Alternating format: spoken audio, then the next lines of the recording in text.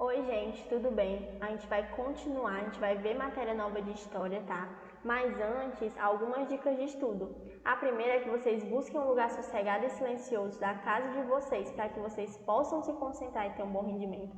Não esqueçam de pegar seus materiais como caderno, lápis e borracha e o seu livro, que é seu material didático, para ele servir como base durante nossa aula, certo? Hoje nós vamos falar a formação dos Estados Nacionais, parte 1. Vamos dar continuidade à aula que vem. Hoje a gente vai ver só mais a introdução do que foi esse movimento, o que foi esse momento histórico, certo? A formação dos Estados Nacionais está diretamente ligada à instauração, o início do absolutismo monárquico na Europa, certo? O que é que aconteceu?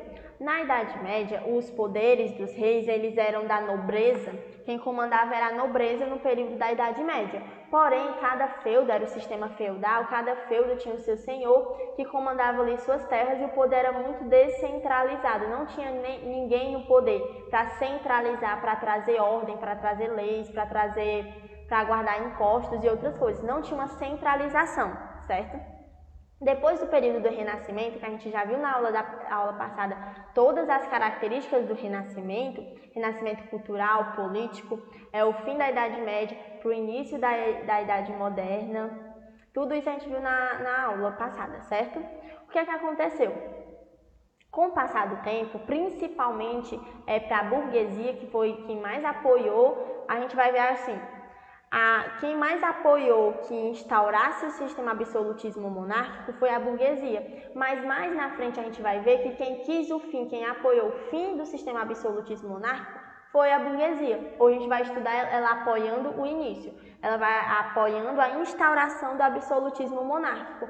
Por que é que a burguesia queria tanto uma centralização do poder? Queria tanto que o poder ficasse nas mãos do rei? Porque tendo uma pessoa ali centralizando o poder, uma pessoa que iria comandar tudo, ajudaria a organizar a parte do comércio, que é a parte onde se refere a ele, para aumentar aumentar suas relações comerciais, aumentar ali o seu âmbito comercial, certo? O absolutismo monárquico, ele tem como característica principal todo o poder político, econômico e, na maior parte das vezes, até mesmo religioso, nas mãos do rei, certo?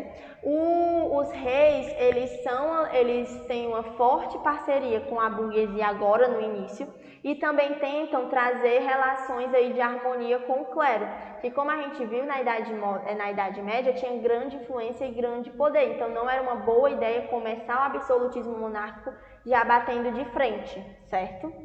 Teve apoio da burguesia, como eu falei, e quando o rei assumiu o poder no sistema do absolutismo monárquico, ele criou uma moeda nacional, aí ajudou a burguesia, porque ele criando a moeda nacional facilita e ajuda nas relações comerciais. E também criou o Exército Nacional, certo? Portugal e Espanha, que foram os primeiros povos, os primeiros estados nacionais a serem formados. Portugal ocorreu quando eles expulsaram os muçulmanos com o apoio da burguesia e instauraram o absolutismo monárquico em Portugal e começou a ter o rei como figura autoritária. Na Espanha, foi após a Guerra da Reconquista, que é onde dividiu os estados, depois teve uma unificação, certo? E os primeiros reis eles foram católicos. Depois veio a formação dos estados da França e da Inglaterra. Na França ocorreu na Baixa Idade Média, teve a consolidação do poder, começou a ter a centralização do poder e o primeiro rei foi o Luís IV. Na Inglaterra foi após a Guerra dos 100 Anos contra a França e a Guerra das Duas Rosas, que foi entre os nobres, certo? Teve a consolidação do poder, a centralização do poder e o primeiro rei foi o rei Henrique VIII. Agora, a diferença entre Estado e nação. Tem um acento aí no A, mas foi erro de digitação. Nação é um conjunto de cultura, costumes e idiomas desenvolvidos por grupos populacionais de determinada região. Então, nação é toda essa parte cultural, toda essa parte de idioma desenvolvido, seja num país, seja numa região, seja numa cidade, certo? Já Estado é um conjunto político-administrativo, formado por regras e leis, certo? todo estado ele precisa ter regras e leis a serem seguidas, certo? Que depende, que muda de território para território. Essa foi só uma introdução. A gente vai ver na aula que vem outras características, mas o principal foco de hoje é só apresentar o que é a estrutura do absolutismo monárquico. O absolutismo monárquico é o rei com o poder centralizado nas suas mãos. Ele é o líder político, líder econômico, líder de tudo. Ele comanda, ele manda nas relações políticas. Ele que diz quem é que vai auxiliar ele, quem não vai. Ele que dá cargos políticos. Ele tentou ter ali uma parceria com a Igreja Católica, que tinha tanta influência, ele não queria bater de frente. Teve o apoio da burguesia para que os estados, para que as regiões instaurassem o estado do absolutismo monárquico, para centralizar o poder, porque assim teria uma moeda nacional, teria mais organização econômica para ter ali as relações comerciais, certo? Lembrem, absolutismo monárquico, poder nas mãos dos reis, certo?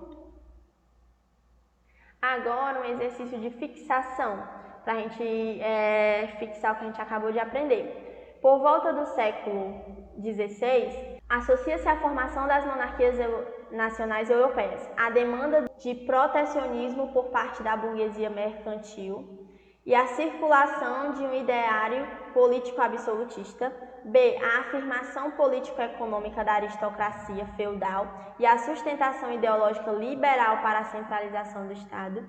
C. As navegações e conquistas ultramarinas, a gente ainda não falou sobre isso. O crescimento do contingente da mão de obra, não falamos sobre isso. O surgimento de uma vanguarda cultural religiosa, não falamos sobre isso. Entre o item A e o item B é o item A, que é uma demanda protecionista, onde vai ter ali uma maior proteção do Estado mais centralizado, certo? E vai ter uma circulação política absolutista. Então, a resposta desse exercício é o item A.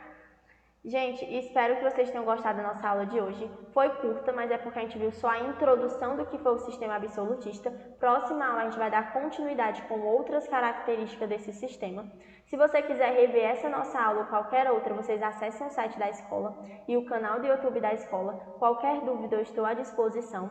Não esqueçam de baixarem o aplicativo da escola no Play Store para vocês terem acesso às agendas digitais. Espero que tenham gostado e até a próxima aula.